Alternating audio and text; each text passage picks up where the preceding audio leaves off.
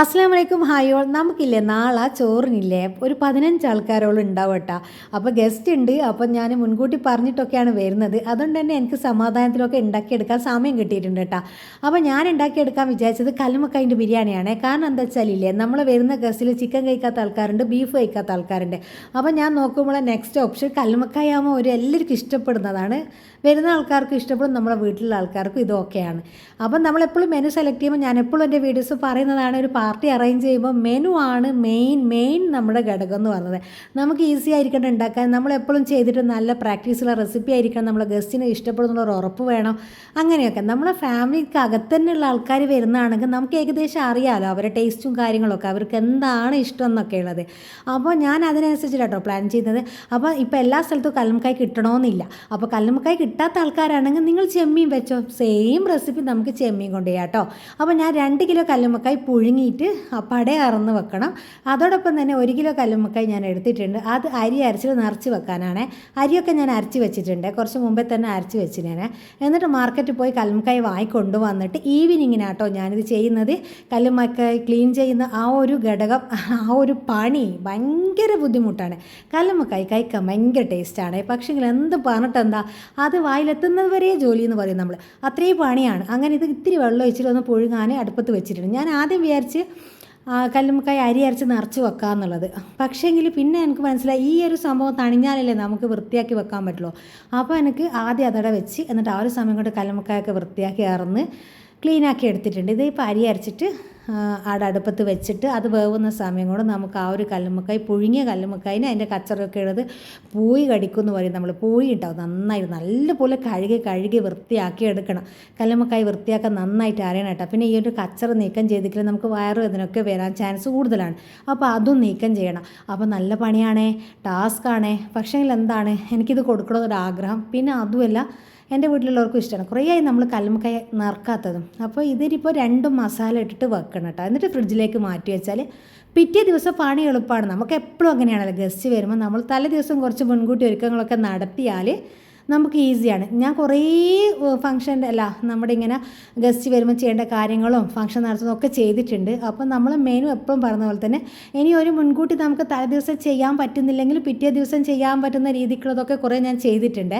പിന്നെ ഞാൻ പ്രഥമൻ ഉണ്ടാക്കുന്നുണ്ട്. കാരണം എന്താ വെച്ചാൽ ഇന്ന് വിഷു അല്ലേ, വിഷുവിൻ്റെ ദിവസം നമുക്കൊരു പായസം കുടിക്കണം. അല്ലെങ്കിൽ എന്തോ എവിടെ എന്തോ പോലെയാണ്. അതെന്താണെന്നറിയില്ല. അങ്ങനെ ഓണത്തിനായാലും വിഷുവിനായാലും ഒരു പായസം കുടിച്ചില്ലെങ്കിൽ സദ്യ ഒന്നും കിട്ടിയില്ലെങ്കിൽ, സദ്യ കഴിക്കാൻ ഭയങ്കര ഇഷ്ടമാണ്. പക്ഷേങ്കിൽ ഞാൻ ഇന്ന് സദ്യ ഉണ്ടാക്കാതിരുന്നതെന്ന് പറഞ്ഞാൽ ഇവിടെ എൻ്റെ കുട്ടിയൊക്കെ ഒന്നും പറഞ്ഞ് സദ്യ വേണ്ട, നമുക്ക് കഴിയില്ല, ഉമ്മാൻ്റെ കഷ്ടപ്പാട് കാണാനും കഴിയില്ല, നമുക്കത് കഴിക്കാനും വേണ്ടാന്ന് പറഞ്ഞ്. അപ്പോൾ 3 ഉള്ളി എടുത്തത് ചോറിനാണ്. അപ്പോൾ ഇത് ഫസ്റ്റ് ഞാൻ ഫ്രൈ പാനിൽ കുറച്ച് വെളിച്ചെണ്ണ വെച്ചിട്ട് ഈ ഒരു പരിപ്പ് വറുത്തെടുക്കുന്നുണ്ട്.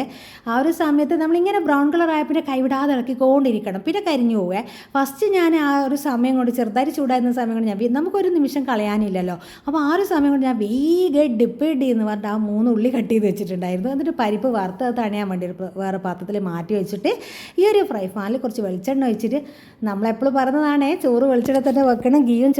ഗീയും വെളിച്ചെണ്ണയും ഉണ്ടാക്കുന്ന ചോറിന് പ്രത്യേക രുചിയാണ്. ബിരിയാണി എന്ന് പറഞ്ഞാൽ ഓയിൽ ഉപയോഗിക്കാണ്ട് നിങ്ങൾ വെളിച്ചെണ്ണയിൽ വെച്ച് നോക്കിയാട്ടെ, ആ ഒരു ഫ്ലേവറും ടേസ്റ്റും ഒന്നും ഓയിൽ വെക്കുന്ന ചോറിന് കിട്ടൂല. ഇനിയിപ്പോൾ വെളിച്ചെണ്ണയ്ക്കൊക്കെ വില കൂടുതലാണെന്നൊക്കെ പറഞ്ഞ് ഓയിൽ മതി എന്നുള്ളത് ആൾക്കാരാണെങ്കിൽ ഓയിലാക്കിക്കോളും. പക്ഷേ ടേസ്റ്റ് വൈസ് എപ്പോഴും നമുക്ക് നല്ല വെളിച്ചെണ്ണ ആൻഡ് ഗീ ആണ്. അപ്പോൾ ഞാനിപ്പോൾ വെളിച്ചെണ്ണയിൽ കല്ലുമ്മക്കായ് ഫ്രൈ ചെയ്ത് മാറ്റി വെച്ച് അതിലേക്ക് തന്നെ ആ നേരത്തെ കട്ട് ചെയ്ത് വെച്ച 3 ഉള്ളിയാണ്, അത് ഇതിലേക്കിട്ട് ഉപ്പ് ഇട്ടിട്ട് വഴറ്റാൻ വെക്കുക. എന്നിട്ട് സാധാ നോർമൽ നമ്മളൊരു മസാല ഉണ്ടാക്കുന്ന പോലെ തന്നെ കുറച്ച് വെളുത്തുള്ളി, ഇഞ്ചിയും തക്കാളിയും ഒക്കെ ഇട്ടിട്ട് ഇതിനൊരു മസാലയാക്കി മാറ്റി വെക്കണേ. കുക്കറിലാണ് നമ്മൾ പരിപ്പ് വേവിച്ചെടുക്കുന്നത്. 2ാം പാലും 3ാം പാലും മിക്സാക്കിയിട്ട് തന്നെയാണ് ഉള്ളത്. അത് ഞാനൊന്ന് വേവിച്ചെടുക്കുന്നുണ്ട്. ഇപ്പോഴത്തെ പരിപ്പൊക്കെ വേഗം വെന്ത് കിട്ടുന്നുണ്ട്. അതുമല്ല ഇപ്പം ഗ്യാസിൻ്റെ ബുദ്ധിമുട്ടുള്ളതുകൊണ്ട് ഞാൻ കുക്കറിൽ എടുക്കുന്നത്. 1/2 കിലോ ശർക്കരയിൽ ഞാൻ 2 ആണി കൂടി എക്സ്ട്രാ ഇട്ടിട്ടാണ് ഇതിപ്പോൾ അലിച്ചെടുക്കുന്നത്. കാരണം 1/2 കിലോ ടു 1/2 കിലോ ഒരു മീഡിയം മധുരം 2 ആണി എക്സ്ട്രാ ഇട്ടിട്ടുണ്ട്. 1 കിലോ 1/2 കിലോന് 1 കിലോ ഒക്കെ ചില ആൾക്കാർ എടുക്കുന്ന കാണാം. പക്ഷേ അത് ഓവർ മധുരമായിരിക്കും. അതിപ്പോൾ ഓരോരുത്തർ ഇഷ്ടത്തിനനുസരിച്ച്. വെളുത്തുള്ളി, ഇഞ്ചി, പച്ചമുളക് മിക്സിയിൽ ക്രഷ് ചെയ്തിട്ട് ഇട്ടിട്ടുണ്ട്. ഇനിയിപ്പോൾ എന്താ, ഇതിലേക്ക് തക്കാളി ഞാൻ 4 വലിയ തക്കാളി എടുത്ത് കട്ട് ചെയ്തിട്ട് അതും ചേർത്ത് കൊടുത്തിട്ടുണ്ട്. 3 ഉള്ളി 4 തക്കാളി ഒക്കെയാണ് എടുത്തിട്ടുള്ളത്. അത്യാവശ്യം നല്ല മസാല വേണം. ഓക്കെ, നമ്മളിപ്പോൾ എടുക്കുന്നത് 1.5 കിലോ അരിയാണ്. 1.5 കിലോ അരി 15 ആൾക്കാർക്ക് കണക്കായിരിക്കും. ഇവിടെ അത് നമ്മൾ എങ്ങനെയാണോ ഓരോരുത്തർ കഴിക്കുന്ന അനുസരിച്ചിട്ടാട്ടോ അളവ് പറയുന്നത്. അപ്പോൾ നല്ലപോലെ പരിപ്പ് വെന്ത് വന്നിട്ടുണ്ട്. 4 വിസിലാണ് അടിച്ചത്. ഹൈ ഫ്ലെയിമിൽ വെച്ച് 4 വിസിലടിച്ചപ്പോൾ നല്ലപോലെ വെന്തിട്ടുണ്ട്. ഇതിലേക്ക് നമ്മൾ ശർക്കര പാനി ഒഴിച്ചു കൊടുക്കുന്നുണ്ട്. അപ്പോൾ ശർക്കര പാനി ചൂടോടുകൂടി തന്നെ ഒഴിക്കുന്നുണ്ട്. പിന്നെ നമ്മൾ നേരത്തെ കുക്കറിൽ ഒഴിച്ച കുറച്ച് പാല് ബാക്കിയുണ്ടേനെ അതിപ്പോൾ ഈ ഒരു സമയത്ത് ഒഴിച്ചിട്ടുണ്ട്. ഇനിയിപ്പോൾ ഒന്ന് നല്ലപോലെ ഗ്യാസ് സ്റ്റൗവിൽ വെച്ചിട്ട് തിളപ്പിക്കണം.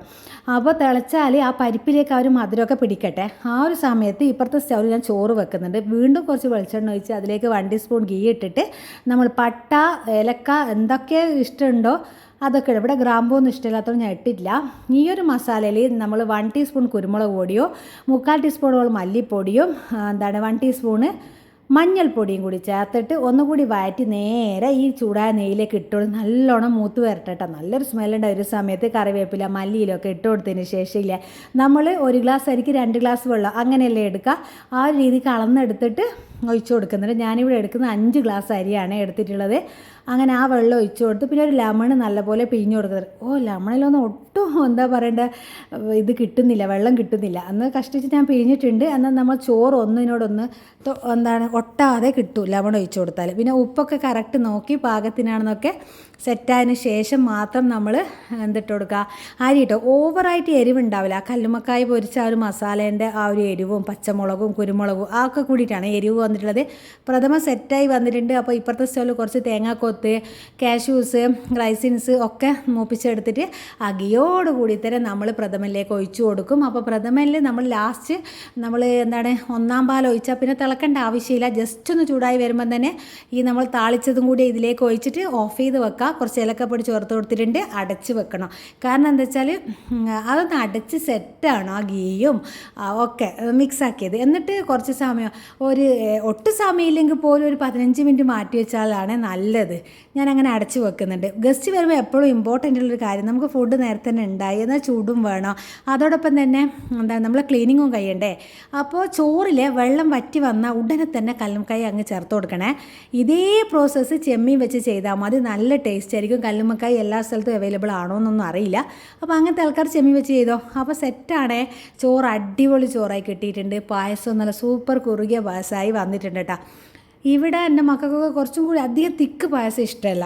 ആ ഒരു രീതിക്കാണ് നമ്മളിപ്പോൾ എന്തുണ്ടാക്കിയെടുക്കുക നമ്മളെ വീട്ടിലെ ആൾക്കാരുടെ രീതിക്കനുസരിച്ചുള്ള നമ്മൾ ഉണ്ടാക്കി വരാം. ആ ഒരു രീതിക്കാണ് ഞാനിവിടെ സെറ്റാക്കിയിരുന്നത്. അപ്പോൾ നമ്മുടെ കിച്ചൺ ക്ലീനിങ് കാര്യങ്ങളൊക്കെ മൊത്തത്തിൽ കഴിഞ്ഞ് അൽഹംദുലില്ലാ റാഹത്തായി. എന്താ പറയണ്ടേ, ആകെ നമ്മൾ ഇപ്പോൾ കല്ലുംകായി ആയതുകൊണ്ടാണ് ഞാൻ തലേ ദിവസമേ അതിനെ മെനക്കെട്ട് എടുത്തത്. ഒരു 10 മണിക്ക് ഇറങ്ങിയാൽ 12:30 ആവും കേട്ടോ. നിങ്ങൾ ചെമ്മീൻ വെച്ച് ചെയ്യുന്നതാണ് കറക്റ്റ് 10 മണിക്ക് ഇറങ്ങുക. നിങ്ങൾ നോക്കി ചെറു ചൂടോട് കൂടി തന്നെ നമുക്ക് കൊടുക്കാനും പറ്റും. നേരത്തെ ഉണ്ടാക്കി വെച്ചാൽ തണിഞ്ഞു പോകുമല്ലോ. ഇപ്പോൾ എന്താ ലഞ്ചിന് വരുന്ന ആൾക്കാർ ഒരു 12:30 ആ ഒരു ടൈമിലല്ലേ വരാം. പക്ഷേ ഭാഗ്യത്തിന് 12 ഞാനെല്ലാം കഴിഞ്ഞ് കുളി വരെ കഴിഞ്ഞിട്ടാട്ടോ സമയം നിങ്ങൾക്ക് 12:30 കാണിച്ചു തരുന്നത്. ഒക്കെ കഴിഞ്ഞിട്ട് വന്നിട്ടാണ് ഞാൻ ആ ടൈം എടുത്തത്. ശരിക്കും പറഞ്ഞാൽ 12 മണി ആകുമ്പോഴത്തേക്കെല്ലാം കഴിഞ്ഞിട്ടുണ്ടാവും. അങ്ങനെ ചോറ് നല്ലപോലെ മിക്സാക്കി എടുക്കുന്നുണ്ട് ഞാൻ. എന്നിട്ട് നമ്മൾ നേരെ ചെമ്പോട് കൂടി തന്നെയാണ് നമ്മൾ ടേബിളിലേക്ക് വെക്കുന്നത്. വേറെ പാത്രത്തിലൊന്നും ആക്കുന്നില്ല. എന്നും നമ്മൾ സെർവ് ചെയ്യുന്നതിൻ്റെ മുന്നേ കുറച്ച് കോരി മാറ്റി വെക്കുന്നത് നല്ലതാണ്. പിന്നെ ഓവറായിട്ട് നമ്മൾ കൈ കൊണ്ടൊക്കെ കോരി കളിച്ചത് പിറ്റേ ദിവസം നമ്മൾ അഥവാ ബാക്കി ഉണ്ടെങ്കിൽ ഇനിയിപ്പോൾ അഥവാ എത്തിയിട്ടില്ലെങ്കിൽ അത് എടുക്കാമല്ലോ. അപ്പോൾ എക്സ്ട്രാ കുറച്ച് കോരി മാറ്റി വെക്കുന്നത് നല്ലത്. എന്ത് പായസമായാലും നമ്മൾ ചോറായാലും നമ്മൾ ഗസ്റ്റിന് കൊണ്ടു കൊടുക്കുന്നത് അല്ലെങ്കിൽ നമ്മൾ തന്നെ കഴിക്കുന്നതാണെങ്കിൽ പോലും കുറച്ചൊന്ന് ആദ്യം ഒന്ന് മാറ്റി വെച്ചതിന് ശേഷം കഴിച്ച് ഈ കുറേ സ്പൂണോട്ട് അങ്ങോട്ടും ഇങ്ങോട്ടും കളിച്ചത് വീണ്ടും നമ്മൾ കൊണ്ടു വെക്കണ്ടല്ലോ. അങ്ങനെ പപ്പടം പൊരിച്ചിട്ടുണ്ട്. എൻ്റെ മോളാണ് പൊരിച്ചെടുത്തത്. ഈ ഇല എന്തിനാണെന്നല്ലേ നമ്മളിന്ന് ചോറ് ഇലയിലാണ് കഴിക്കുന്നത്. മെയിൻ റീസൺ എന്ന് പറഞ്ഞാൽ നമുക്ക് ലാസ്റ്റിൽ പായസവും പപ്പടവും പഴവും കൂട്ടി കഴിക്കണം. അതിന് വേണ്ടിയിട്ട് കഷ്ടപ്പെട്ട് ഞാൻ പോയി ഇല പറിച്ചെടുത്ത് ശരി ഞാൻ ഇലയൊക്കെ പറിച്ച് കഴുകിയെടുത്തതിനാട്ടോ അതിന് ശേഷമാട്ടോ ഞങ്ങൾക്ക് സമയം കാണിച്ചു തന്നിട്ടുള്ളത്. അപ്പോൾ ഗസ്റ്റ് വന്ന് അടിപൊളിയായിട്ട് ഫുഡൊക്കെ കഴിച്ച് എല്ലാവർക്കും നന്നായിട്ട് ഇഷ്ടപ്പെടും. നല്ല അഭിപ്രായമായിരുന്നു. ഒരുപാട് ദിവസം ഇവർ എൻ്റെ അടുത്തേക്ക് വരാൻ വേണ്ടിയിട്ട് എന്നെ കോൺടാക്ട് ചെയ്യുമ്പോൾ ഞാനിങ്ങനെ നോ പറഞ്ഞതാണ്. ലാസ്റ്റ് നമ്മുടെ വിഷുവിൻ്റെ നമുക്ക് ഓഫാണല്ലോ, അന്നാണ് നമ്മൾ ഇവരെ ഇങ്ങോട്ടേക്ക് വരാൻ പറഞ്ഞത്. അപ്പോൾ എങ്ങനെ പപ്പടവും പായസമൊക്കെ അടിപൊളിയായിരുന്നു. സൂപ്പറായിട്ട് കഴിച്ചിട്ടുണ്ട്. അപ്പോൾ എല്ലാവരും വിഷുവൊക്കെ അടിപൊളി ആഘോഷിച്ചു എന്ന് കരുതുന്നു. അപ്പോൾ നല്ല നല്ല വീഡിയോസായിട്ട് ഇനി വരാം കേട്ടോ. അപ്പോൾ എല്ലാവരും മുടങ്ങാതെ കാണണേ.